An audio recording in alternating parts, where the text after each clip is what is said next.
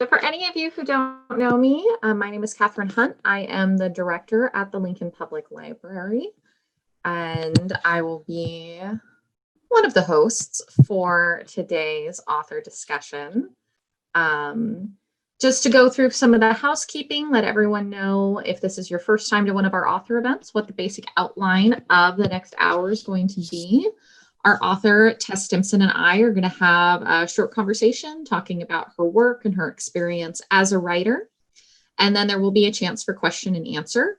You can ask your questions at any point during the program. We ask you, if at all possible, to ask them through the Q&A option in the Zoom webinar. So you should see that at the bottom of your screen, Q&A, and you can drop those questions in there. That will allow us to make sure that if we have duplicate questions, we only ask it basically one time. And then once kind of the conversation and the questions that have already been set up by Sam and myself for this conversation have been asked, we'll go through the Q&A.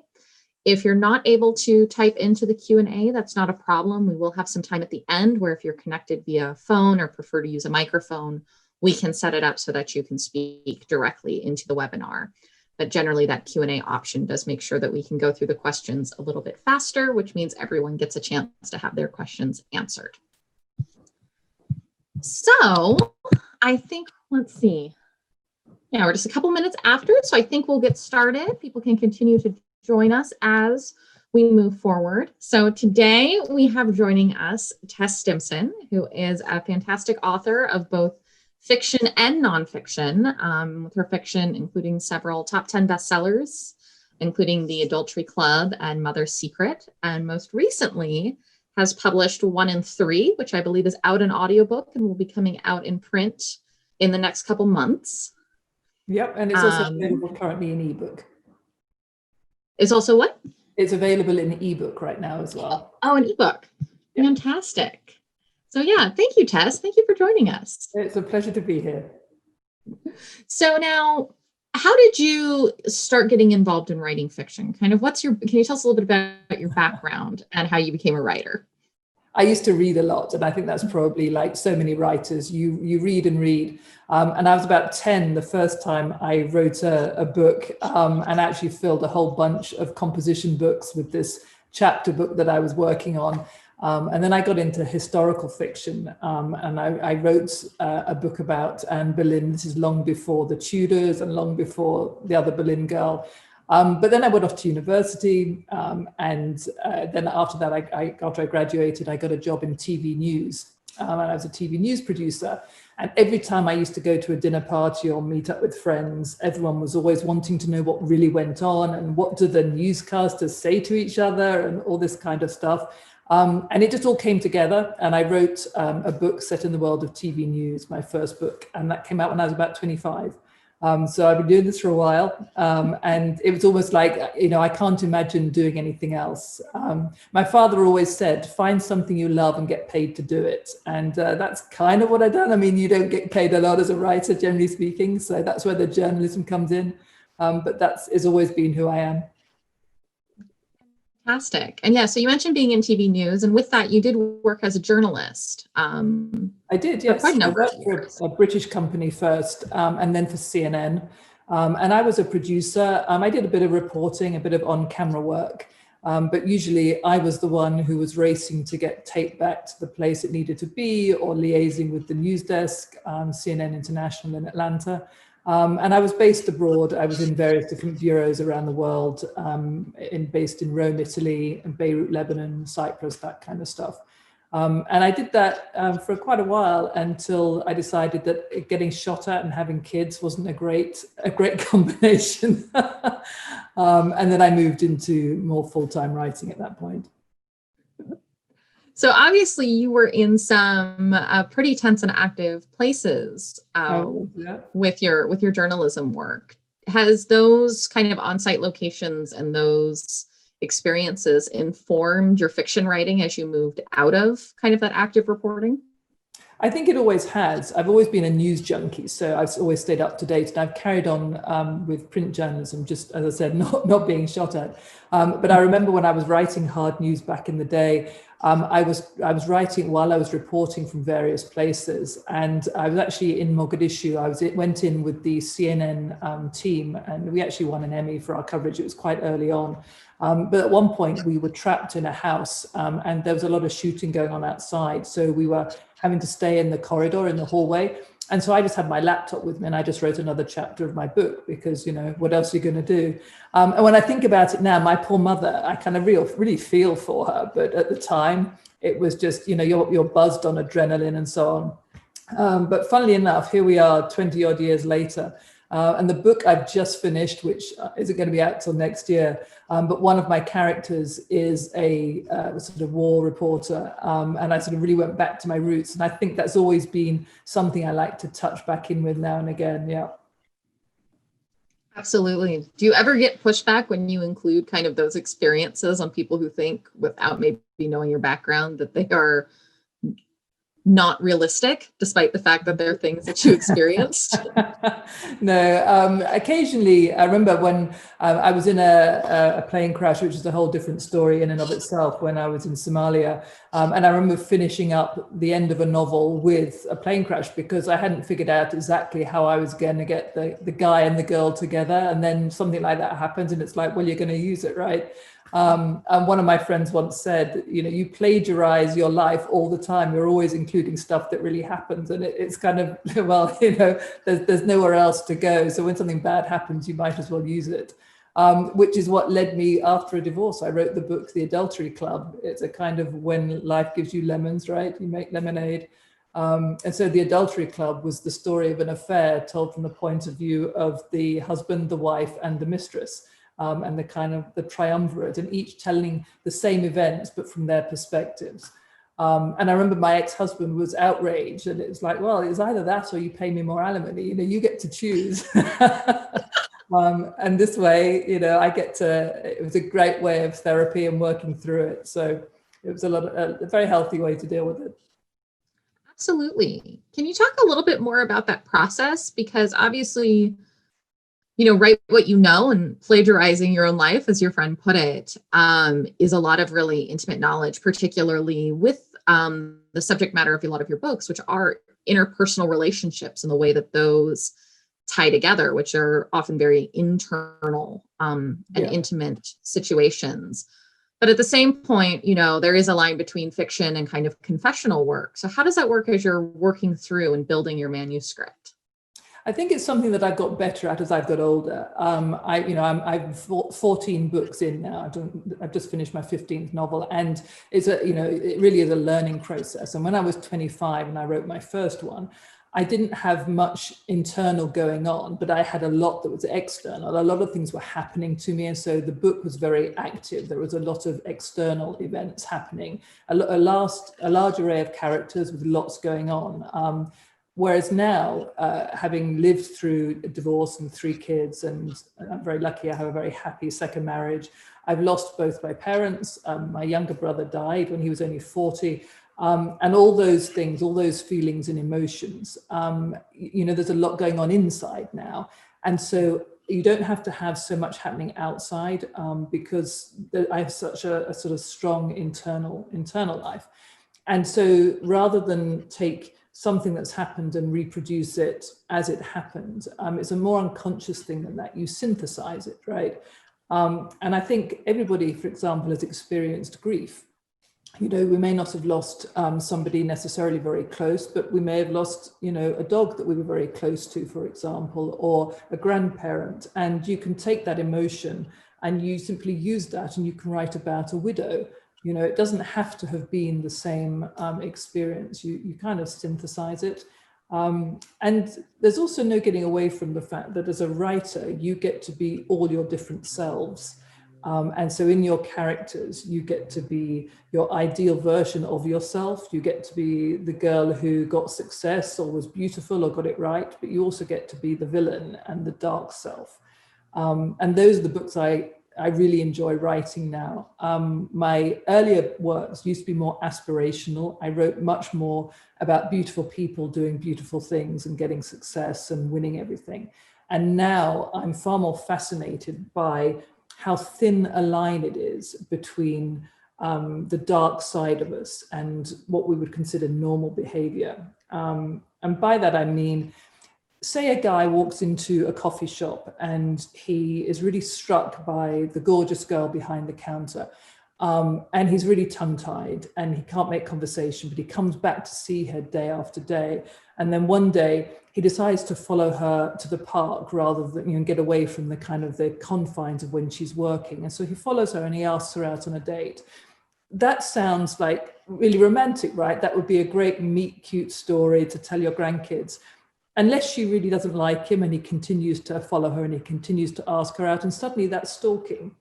And so that line between what we would all normally do if, say, we got ghosted by somebody we've been in a relationship with and we wanted to find out why and we needed closure, then becomes kind of bunny boiler stalking. That line that we all walk is what I find really interesting now. Absolutely. And especially because I think probably more than a lot of us want to admit that we can waver on that line depending on how emotionally invested we are. I think probably most of us in the throes of either just talking about romantic relationships, new romance, or kind of the emotional turmoil of breaking up have done things that we've looked back and been like, oh no. And you can see it in your best friend, but you can't see it in yourself. Like, we have all sort of said to our friend, he's never going to leave his wife, you know, it's no good, this is going to end in tears, a man who cheats with you will cheat on you. And then you fall in love with somebody and suddenly it's all going to be different because he's going to be different with you, and all your friends are saying this stuff and you're like, but you don't understand. And when it goes awry, as it inevitably does in that sort of a situation, you know, how far will you go? How far will you pursue it? And when people are caught up in these situations, I often think in these awful tragedies where you have a couple who divorce and one or other of them, and unfortunately it does tend to be the man, gets his revenge on the wife by killing their children, for example. And everybody afterwards says, you know, but he was such a nice guy and he was a great neighbor and we never saw it coming, we can't believe it. And that's because that piece lurks inside all of us. And it really could be you, or it could be the person, you know, the guy who seems completely normal until suddenly he isn't. And I think that's why domestic noir is such a great genre to write in, because it really, it finds your soft underbelly and presses the bruise. Absolutely. And before we open this up to all of our attendees, we were talking a little bit about domestic noir as a genre, particularly in a year where we're all spending a lot of time in our domestic spaces with our partners, with our families. How has, you know, you just said that you just finished writing a book.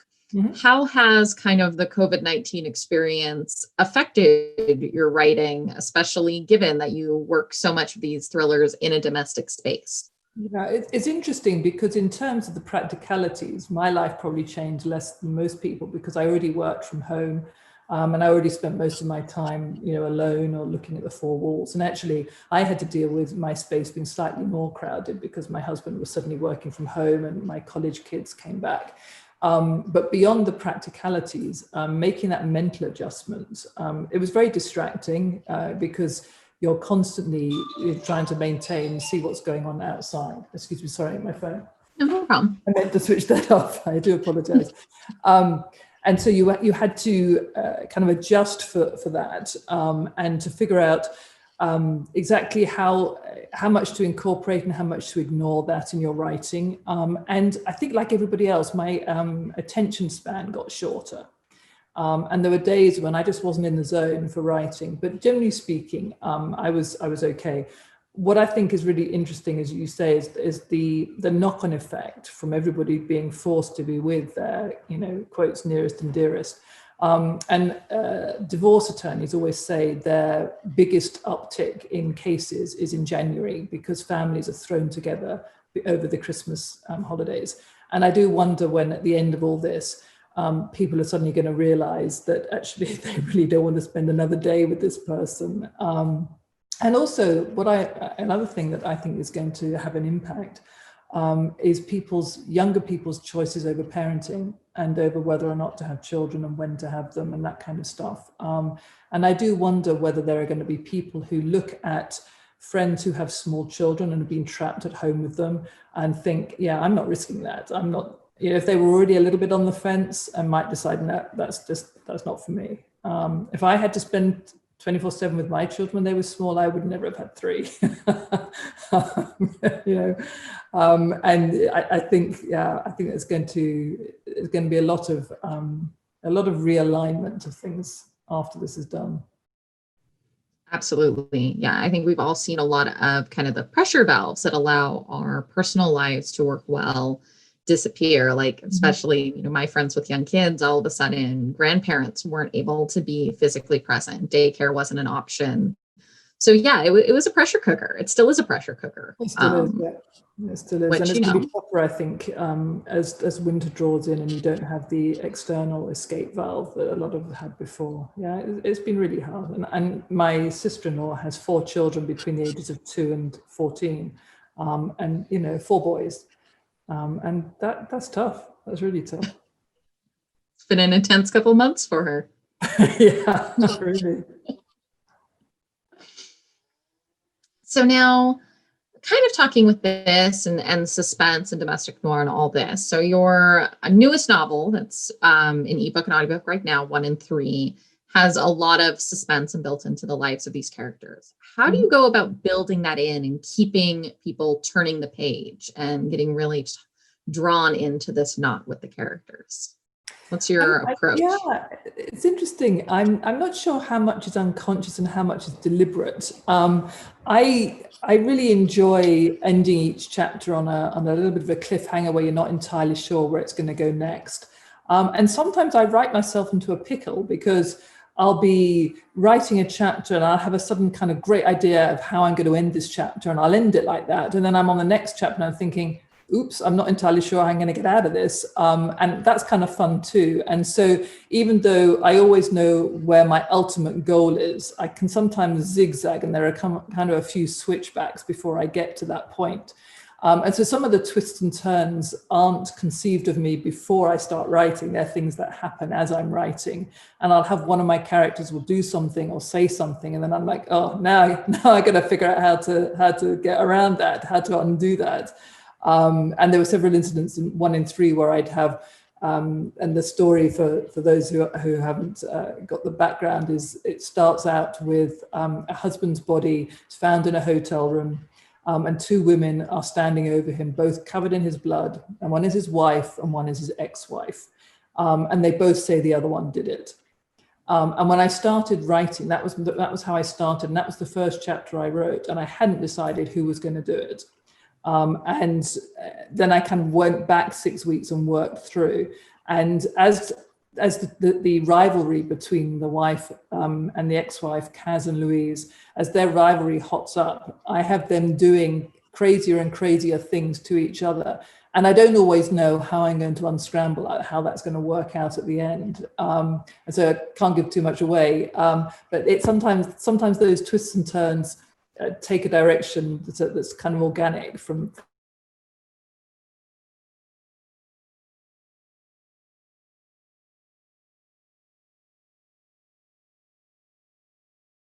I have, and the one I just finished, actually, I had a plan of how it was going to end, and then when I got to the last 10%, I thought, oh, I wonder what would happen if I did this. And I did that, and the answer was, yeah, it sucks. So I better backtrack. We'll go back a few thousand words, and we'll go back in a different direction. And yeah, that happens.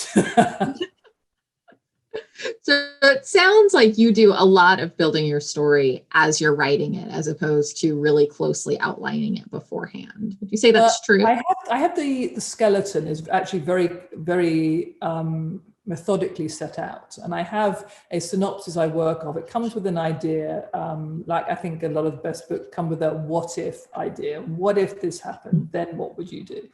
And then I flesh that out, and I end up, by the time I start writing, I have about a 3 or 4 page synopsis, and I have the bones. But how you get from A to B is always the thing. And those are the bits that tend to be more organic. And say with 1 in 3, I knew that Andrew was going to end up dead. And I knew that one of a very small number of people were going to kill him. And it was only as I decided about halfway through, I was like, okay, now I know where this, I kind of knew where it was going. I just hadn't quite figured out the steps to get there. And sometimes I'll be writing it, and a character who was a little bit minor earlier on suddenly becomes much more significant as we get further into the book. And this happened with 1 in 3, one of the sister-in-law character who started off as quite minor. I really liked her as I was writing her, and I decided to give her a few chapters now and again to herself, so you see it from her perspective as well. So those are the kind of things that change. I always find that one of the most fascinating parts of the writing process is the way that characters develop their own personalities and actions outside of what you as the author are consciously deciding for them to do, that you get to know them even as you make them. And I think that's interesting with your voice. It's interesting when you hear the audio, and if you get the audiobook, you hear that they have very distinct voices. You can always tell which one of them is speaking. And in my head, as I'm writing, I find that the characters have different vocabularies, different ways of talking, and I hear them in my head, and I can know, oh, Louise wouldn't say that, Kaz would say that, but Louise would never say something like that. And my husband actually says that when I come out of my office, he can often tell from my demeanor and how I'm acting which one of my characters I was writing, because it really kind of stays with you. In that sense, you're almost like an actor. You're playing each of those roles, and you take on that persona because you're in their head, which could have rather sinister implications given how dark some of my books are. But so you kind of take on their persona for a while. When you were talking about that a little bit too, with that in writing, you can also be all the different versions of yourself that you could possibly imagine, and you can play those out with these different characters. Yeah. But when you say distinct voices and the audiobook, there's actually about 8 different actors who are involved in the audiobook of 1 in 3? I don't know if they had various honestly, I had the 3 main characters that who were the main narrators. I haven't listened to all the way through to the audiobooks. I don't know if they intersperse some of the other characters with different voices, but I believe they do, yeah. And back in the day when audiobooks weren't huge, you just have one person would read it from beginning to end, and it was quite often it was the author. Whereas these days, because there's much more appetite for it, so the standard has really gone up. It's great now. So what's your feeling about your books coming out as audiobooks? You mentioned before we came online, you mentioned that you got to do some of the reviews of the different actors who are involved. But can you talk a little bit about seeing your books come to life, not just in print, but also in audio? Yeah, I love it. I know quite a few writers have very mixed feelings about ebooks and audiobooks, and they tend to be old school.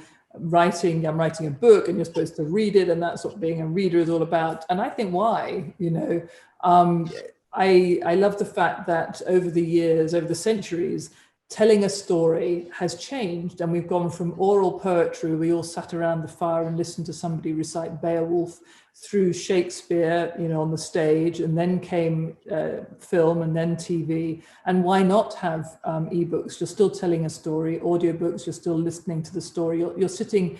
We all read to our children, or I hope we all read to our kids, right? They love that bedtime story. We all still love sitting by the campfire telling ghost stories. It's something that we, as people, we love, and so I think it's great if it reaches a new audience. I'm all for that. And it's kind of funny when I listen to them, because I have a great short-term memory, but a really sucky long-term memory. And so sometimes I forget what happens, and I forget the names of my characters. And I was listening in a friend's car the other day, and she was listening to an audiobook of one of my earlier books. And I'm like, oh, don't stop now. I want to find what happens. Like I'd completely forgotten. So yeah, it's kind of cool. Well, and I'm sure with how immersive the writing process for each of your other books, I mean, once you start working on another book, I'm sure there's not necessarily that much mental room left to continue to inhabit these other characters whose stories you've told and sent off. Yeah, and you have to be, you don't want to blur the lines. The transition from the end of one book to the next one, I always take a bit of a break. It's kind of like a palette cleanser. I don't want to end up writing the same character and just giving them a different name. They have to be able to arrive kind of fully formed in your head. And it's very interesting because I had an idea for the next book I'm writing, but then I had a character came to me, and I wasn't sure whether I was going to go with the character and let her tell her story, or whether I was going to stick with the idea that I've had. And so now I've spent the last week trying to figure out how to blend those two together, how to take this character whose voice seems really strong to me and find out if her story can work with the plan I already had. So yeah, you have to put away all the previous books and you kind of push them away. It's like my kids, once you get one kid off to college, then you focus on the next one, right? And whilst you still love the other kids, they're out there in the world doing their thing. And now I've got to concentrate on this kid and this kid's SATs or whatever the problem at hand is. And then COVID happens and the uni students come home. And they'll come home, right? Just as I downsized, I moved earlier this year, and we just downsized from a big house to a much smaller one, and then all the kids came home. So yeah. Of course. So now you said on this one, because you are right now in this break where you've just sent off a manuscript that you've written to be reviewed and edited, and so now looking forward to this next one.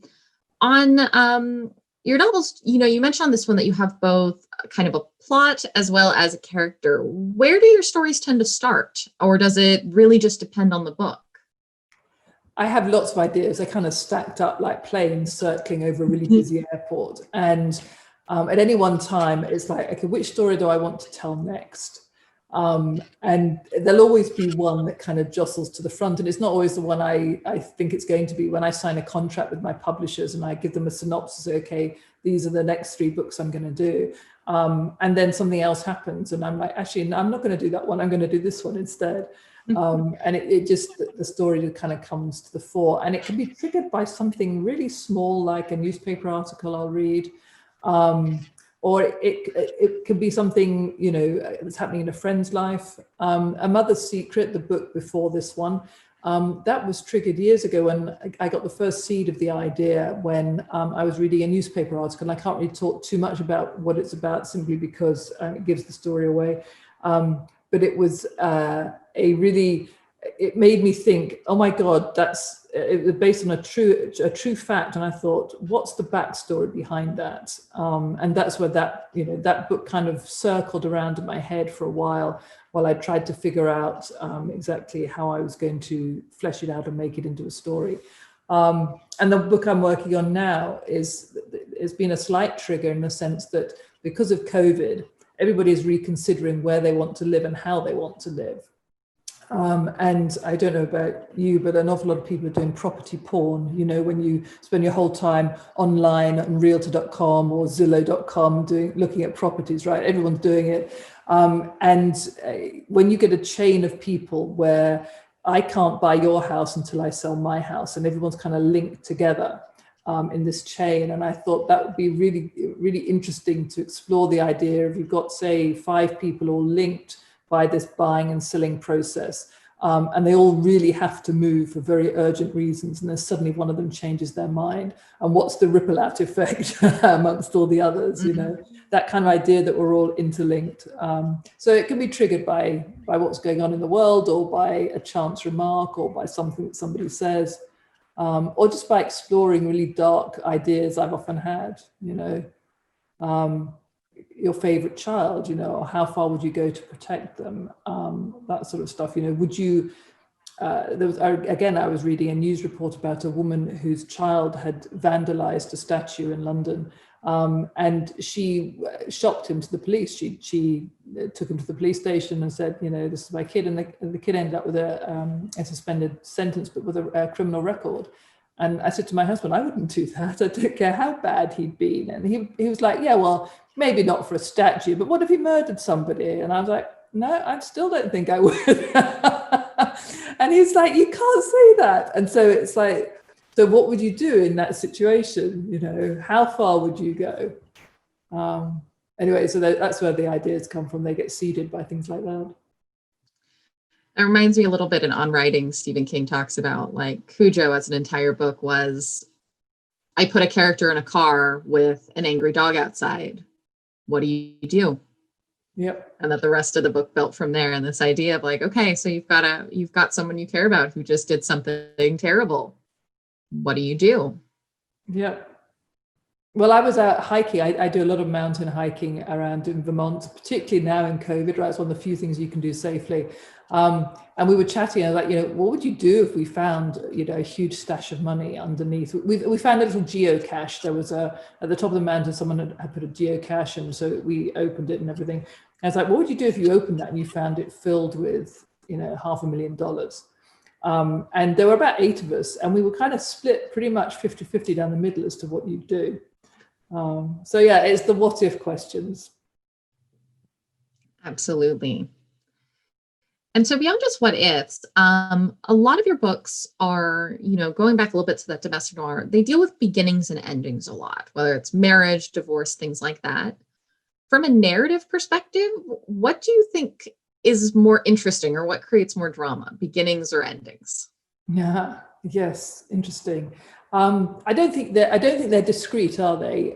Because nothing is one or the other. The end of a marriage can be the beginning of a life, you know, a different type of life. Mm-hmm. And even if somebody is killed, like Andrew at the beginning of 1 in 3, even if it's the end of that story, it's the beginning of another story that comes after it. I think all good drama lies in the moments where something happens rather than in, you know, the quiet moments. And I think being happy is not great news either. I mean, there's a reason the news is full of bad news, because nobody wants to read about no planes crashed today. You know, it's not really a headline, is it? So as traumatic as events are, you write about the things that's happening, the things that's changing, rather than things that stay the same. And I think it's the same with books. You write about the drama, and the drama is in the beginnings and the endings and how you transition from one to the next. And there's always, you know, when people are being writerly, they call the inciting incident, which is the thing that kicks it all off. And quite often the whole story doesn't start there. There's often backstory that led up to that moment. But that is the thing, that's the trigger. That's the thing that kicks it all off. And there will be a certain number of events will play out until it comes to an inevitable conclusion. And then life, you know, is back in balance. And that's where your story can end. So I think a story arc is essentially something knocks everything off kilter, and then your characters spend a certain amount of time trying to restore equilibrium. And when they've done that, that's the end of your story, even though the characters live before and after that point. Absolutely. Yeah, I think it's interesting, those moments where you have an ending and then you have your characters who have to make a beginning out of it, because time continues on. Yeah. You know. And I rarely tie my books up with a pretty bow. There's usually a loose thread at the end. And I don't leave it on a cliffhanger. I think it's very unsatisfying when there's no resolution at all, and you leave it to the reader to entirely make up their own mind. But I think it can be very interesting and much truer to life when there is something still hanging. There's a suggestion that the door is ajar and stuff happens next. That's not the ending. That's just the end of this particular sequence. Absolutely. Yeah. And implies that continued life of your characters in their own world, even if and I sometimes have people contact me and ask me what happens to them. They become so real, you know, what happens to such and such a child or whatever. And I remember one of my earlier books, I had one character who lost both his parents in various circumstances during the course of the book. And I had quite a few people write and say, but what happens to Daniel? And it's like, well, you know, you can decide that it's not real. But these characters become very real to people. So, yeah. So now with that, have you ever had any interest in writing series in this kind of genre? Or Do you like having them as standalone novels? Yeah, I've only written standalone novels, although I've had a couple of characters make little cameo appearances in other books. A little bit like Hitchcock always putting himself in all his movies. I might take a character from one of my early books and have him show up in later books, but as a very minor part. You'd have to really know my books to recognize that. And I think it's because otherwise it gets a little bit soapy if you have too many things happen to one set of characters. Particularly if you're writing about the drama, the kind of, as I said, when things get knocked out of balance and getting back into balance. I think it would be it'd be like having one person being in 6 plane crashes. You know, it's like how many times can your life implode? And also, I like to be able to. I get excited by the new and the different. You know, and I want to see what's going to happen. And I don't want to be constrained by the straitjacket of what's already happened to my characters in previous books. I want to be able to play God and take it in any direction I choose and not be restricted by, oh my God, I had them lose an arm in the previous books and now they're going to have a lost arm for all these other books, you know. So I prefer writing individual books. I can definitely see what you're saying with the kind of soapy sense. You know, for most people using, you know, kind of that opening scene of 1 and 3, standing over the dead body of your husband, facing off his ex-wife would probably be most dramatic moment for most of our lives. You know, I would hope for most of us. You would How many times are you going to be in situations like that? So now you mentioned that you became a writer in part because you were an avid reader. What are some books that have been really meaningful to you? I think my favorite book from when I was a child was The Lion, the Witch, and the Wardrobe. And I remember the summer I turned 6, I spent my life climbing into closets and knocking on the back, trying to find my way into Narnia. And I loved that book. And I read The Lord of the Rings. I've read pretty much every year ever since it came out, or ever since I was old enough to read it, and The Green Gables. So those are the books that have really strong childhood memories for me. Funnily enough, the books that I've read as an adult, there are various ones that didn't necessarily seem meaningful to me at the time, but when I look back, I can see that they were significant. And have you ever read any Shirley Conran? She was another of the big Bonkbuster style books, and she wrote a few in the, it must be the 80s, I guess, 80s or 90s, very thick doorstop books. And there was one of them, I can still remember the first line, and it's bizarre. I don't know why, I only read the book once, but the first line was, "These are the most expensive breasts in the world, thought Lily as she soaped them." And I have no idea why that sticks in my mind. But it was when I was reading books like that, I was like, I can do this. I want to do this, you know. How hard can it be, right? And there have been books since then that have been like that. And I remember when I was 12, my mother used to work in a soup kitchen, and it was the summer vacation, and she took me along. You know, she was volunteering there one day a week or whatever it was, and she took me along, and I was just left in the office. You know, I was too young; I wasn't allowed to mix with the staff, and someone had left a historical novel on the side. And I remember getting about a third of the way through it, you know, by the time I left. And she said, "Oh, you can keep it. Don't worry about it." And that ignited a passion for me in history and historical novels. Just loved it. So that was, you know, that would be a meaningful book. And then there are some that just suit the moment. Tuesdays with Maury, I read a number of years ago when it came out. And I don't know if your readers are familiar with that, but Tuesdays with Maury, The 5 People You Meet in Heaven. These are books that when I read them when I was younger, didn't particularly resonate. But now, as I'm getting a bit older and I've lost people I love, those kind of books mean a lot more than they did. And I think sometimes you don't see, it's a bit like you don't see that you're happy until afterwards. You don't necessarily recognize it in the moment. And there are certain things that can have a huge resonance that you don't pick up until much later. You notice yourself continuing to come back to those ideas and those works. Yeah. Absolutely. Yeah. Absolutely. So before we open it up to Q&A, I have just one more question, which is, can you tell us what makes a perfect cup of tea for you?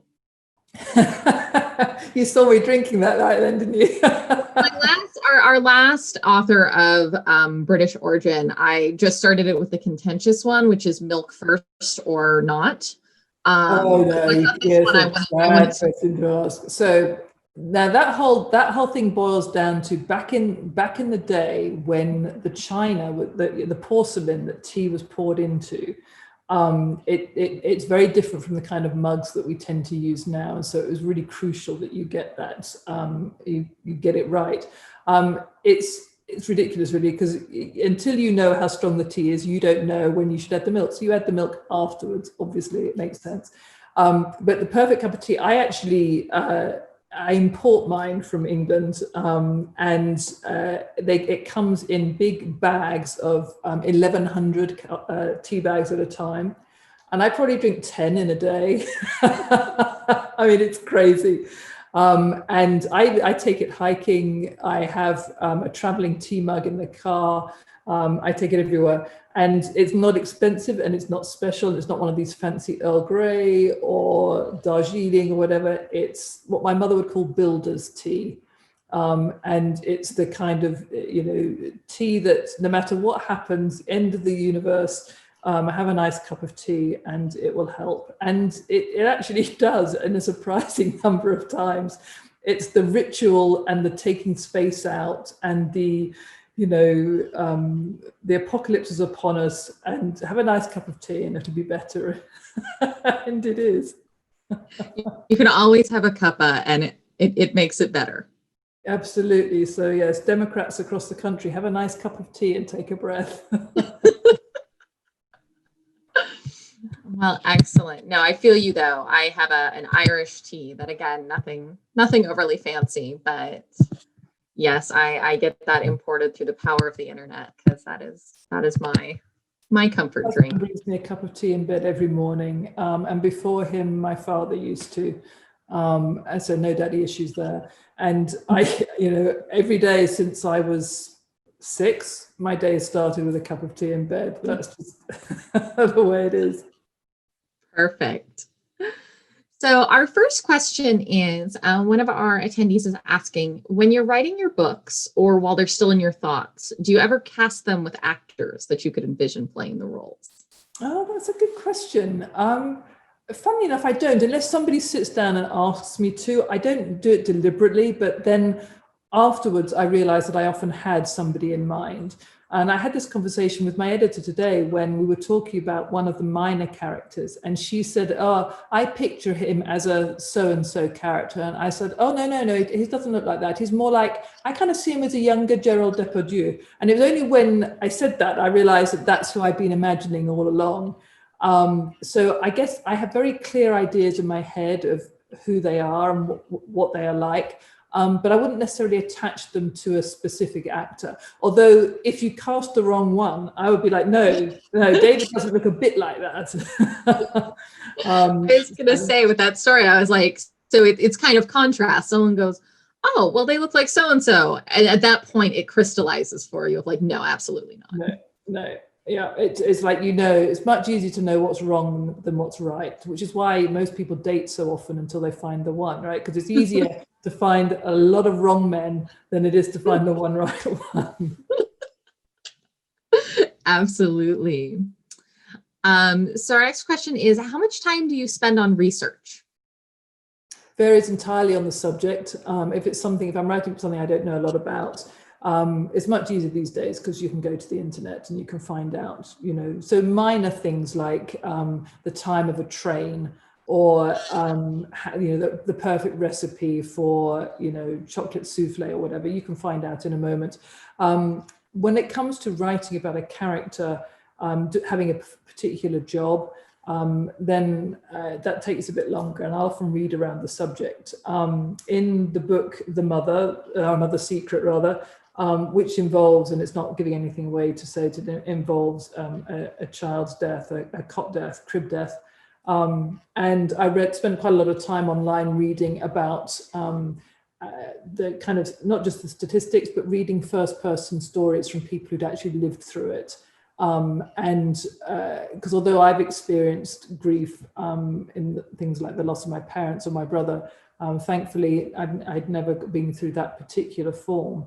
And so I'll often read, as I said, first person stories. So it's, for me, most of my research is less about the mechanics of, you know, specific events, like the name of a restaurant in this particular city. And it's more about reading around the subject in more general terms, particularly if I'm dealing with a sensitive issue. Absolutely. And do you find that happens a lot kind of in the beginning of your process as you're building out that synopsis as you're talking, or does it happen throughout the course of the story as you find yourself in corners that need more? Most of it will happen towards the beginning. I'm writing a character at the moment who's a sociopath, but if they're a functioning sociopath in the sense that they don't tend to do anything wicked, but they struggle with empathy. So I've been reading quite a lot of first person stuff by people who have had to go through that and who had to learn empathy the way most people would learn how to ride a bicycle. You know, some people, it's akin to a game of tennis. You might take two children to a tennis court and give them both a tennis racket, and one would be a natural and have no trouble, and the other one keeps on hitting the ball in the wrong direction and dropping the racket and tripping over her feet. And emotionally speaking, that's what my new character is like. And so I've spent a lot of time reading first person stories. And I would say I start doing that process when I get towards the end of the previous novel. Because, you know, when you're reading a book you're really enjoying and you don't want to get to the end, but you really need to get there because you want to find out what happens. Well, it's the same for me when I'm writing one. I really want to get to the end and have it done, but at the same time, I can't bear to say goodbye to my characters. So the way I get over it is to start on the next one, so that I feel that I'm never in that lull where I haven't got something going on. So to answer your reader's question, I would say it's probably a 2 to 3 month process before, if I write a book in a year, the first 2 to 3 months are based on a research and character and world building. And then I actually write the book in about 9 months. Very nice. And then we have a question about whether you ever read books by other writers and wish you could rewrite parts of them. I think I said to you before that my present on my 30th birthday, my present to myself was that I would never force myself to finish a book just because. And the only time I do that now is when I'm reviewing a book and I have to. And there have been books that have been painful to read. The 50 Shades of Grey books were hugely painful, firstly because they were so badly written, and secondly because despite that she made pots of money, which is really upsetting for other writers. And so there are sections, yes, where if I find that I'm going through and I'm making mental editing notes too much, it gets in the way of the story, and so I stop reading it. More common is I'll be reading a book and I'll be, oh my God, I wish I'd written that. That is so brilliant. I wish I'd written that. That is awesome. And that's really, you know, that's a kind of bittersweet type thing, because you're loving it as a reader, but you're deeply jealous as a writer, because every writer is madly jealous. And so, you know, you have that kind of conflict going on.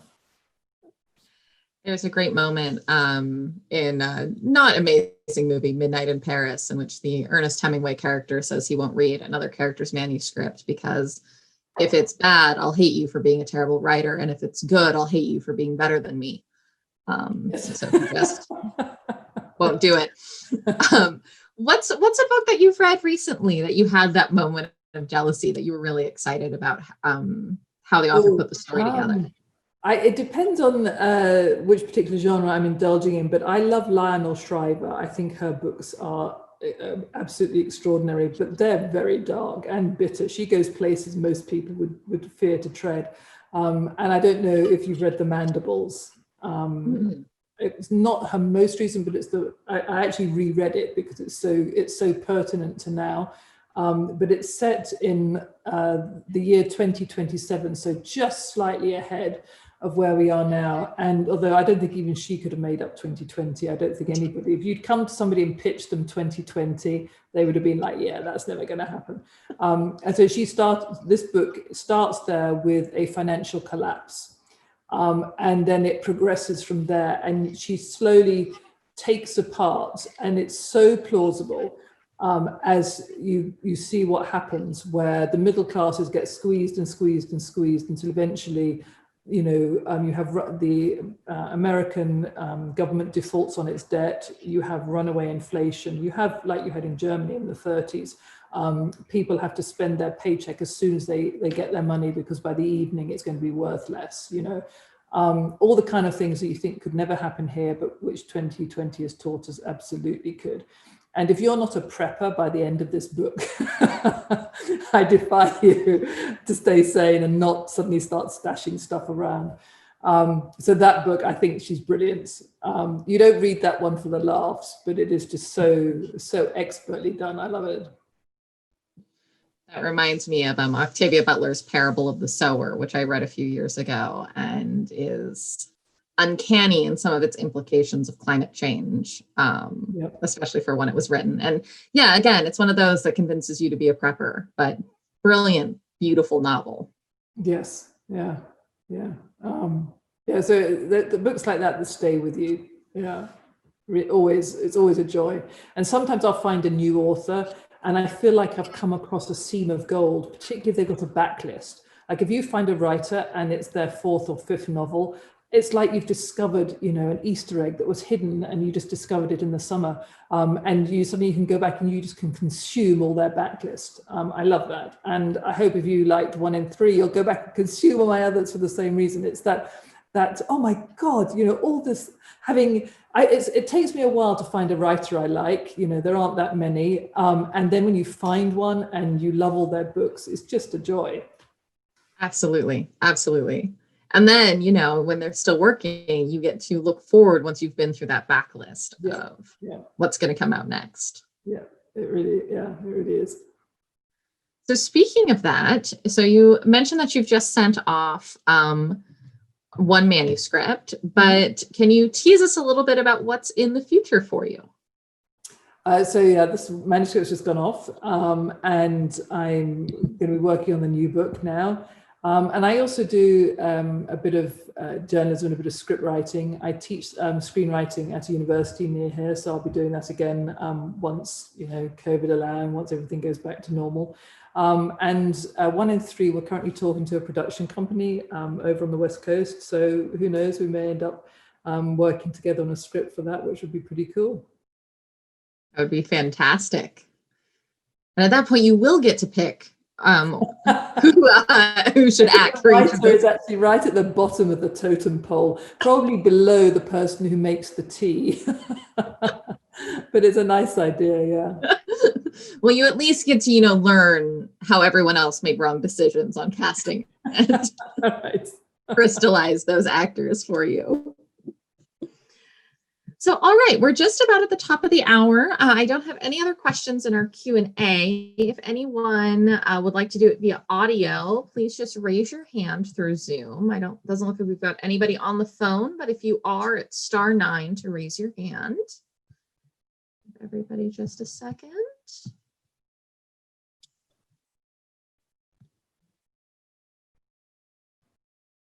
All right, well, I don't see anybody, but thank you so much, Tess. I really appreciate all of your time coming and speaking with us. You are very welcome. It's an absolute pleasure.